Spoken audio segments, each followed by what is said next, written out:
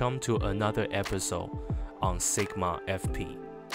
In this video, I will be talking about storage media and why I think SSD is your best option. Also, I will be sharing some of the tips and tricks that I have learned regarding editing raw video in DaVinci Resolve.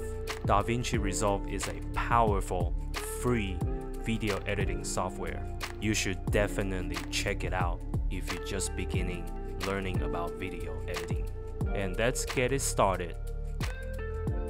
Solid state drive, or SSD, is your best friend for recording raw videos. It gives you the size, the speed, and portability. I have a Samsung SSD. It's a 2 terabyte model, and it is extremely small. Here, if you put it next to the regular HD external hard drive, you can tell how small this thing is. It's actually quite unbelievable that this tiny box holds 2 terabytes of storage. And then I also use a smallrig SSD holder to go along with my Sigmafp rig. It's been proven to be very steady and reliable. Inside of the clamp is padded, so you don't have to worry about scratching the surface of your SSD. And it holds the SSD in place very securely. In addition, you also have cable clamps that you can secure your USB-C cable. On the back, it has a cold shoe mount. You can attach it to your rig. I have mine set up on a adapter on the side of my top handle. This configuration works well for me. It's light and it's right next to the top handle, but it does not obstruct me from holding it. And it's very close to the cable on the side of Sigmafp.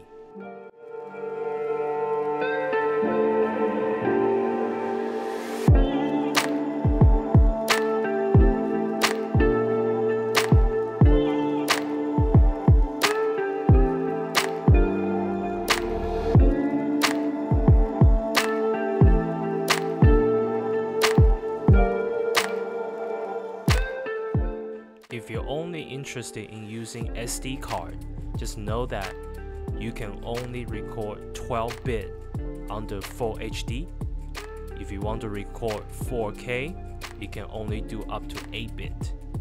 Also, you can only record up to maybe 10-15 seconds in 4K, depending on how fast your card is.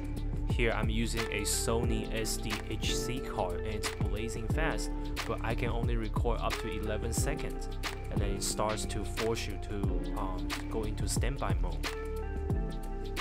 This card, however, does not have an issue in the playback menu.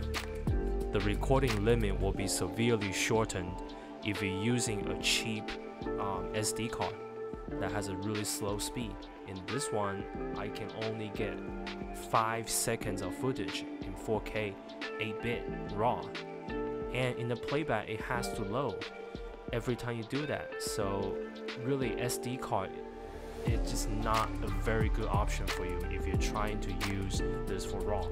When you attach your SSD to your Sigmafp, it automatically changes to 12-bit recording option. Sigmafp does not have compression on raw recording yet, so a 2 terabyte SSD can only record 1 hour and 37 minutes, around that mark, so just watch out for that.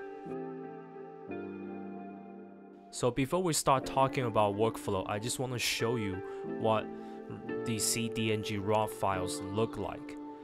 It won't be a footage or video file, it's gonna be a folder, and inside this folder it's gonna be pictures. So if you do 24 frames per second, it's gonna be 24 pictures per second.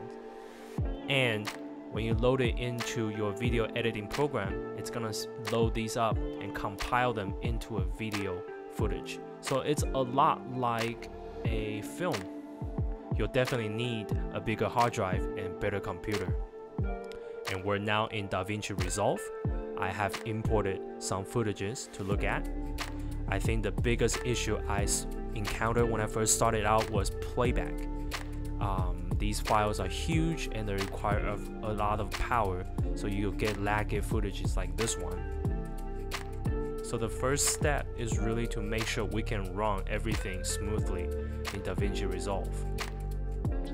So you want to go to Settings and scroll down to Optimize Media and Render Cache.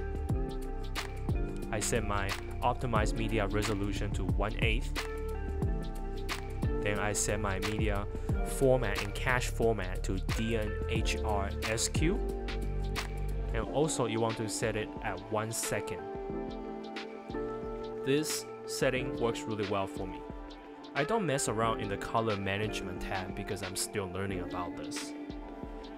And we'll get back to the camera raw setting later on.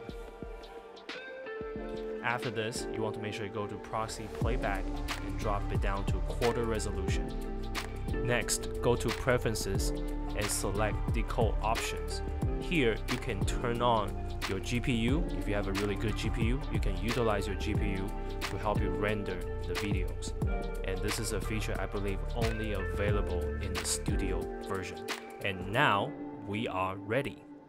So make sure you go back to your footage after you import it, right click and select Generate Optimize Media. In this case, it only takes a few seconds, but if you have a large file, sometimes that can take up to an hour or two. So make sure that you take that into consideration before you start editing. So next, we'll be looking at color grading. This is a footage recorded in Sigmafp. The color profile was turned off. I usually like to go into blackmagic for the color space. I find it that when I select this option, it kind of creates a really good stepping point for applying LUT. And remember, this is just my way of doing this. So if you have a better approach to color grading, please let me know in the comment. And because this is raw footage, so if you want to boost saturation, for example, let's turn it all the way up, and this is what it looks like. Because it's raw, that means you have a lot of freedom to do what you want. And next, we're going to look at a footage that's intentionally overexposed.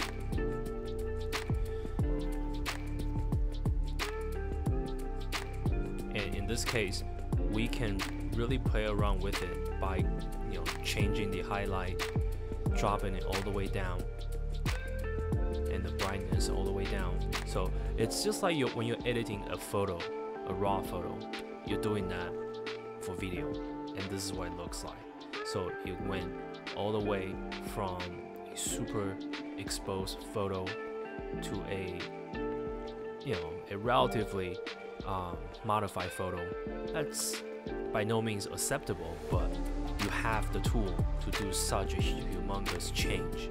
When I first started, I was going through each clip in the timeline and selecting the color space for each clip. And this was very time consuming. What you can do is you can go back to camera raw setting, and then you can select cDNG. Select quarter resolution and use project setting. This way, when you import all your footages, they will be automatically converted to Blackmagic design color space. So this will save you a lot of time in terms of color grading. I don't do much to all these other settings. I just let it be pretty much default. And another useful thing to do is saving it as a preset. And this way you can just load it up every time you open a new project. So it gives you a quick access. As you can see from the list, I have a red Komodo camera set up. I am really interested in this camera, and I can't wait to get my hands on this camera in the future. I leave everything in default setting under the color management tab. If you have any suggestions on what to do in this section, please let me know. Alright guys, that's it for this video. Remember, I am not a color grading expert. I just wanted to show you what you could do with raw footage in DaVinci Resolve. I hope you enjoyed this video. I'll see you next time. you.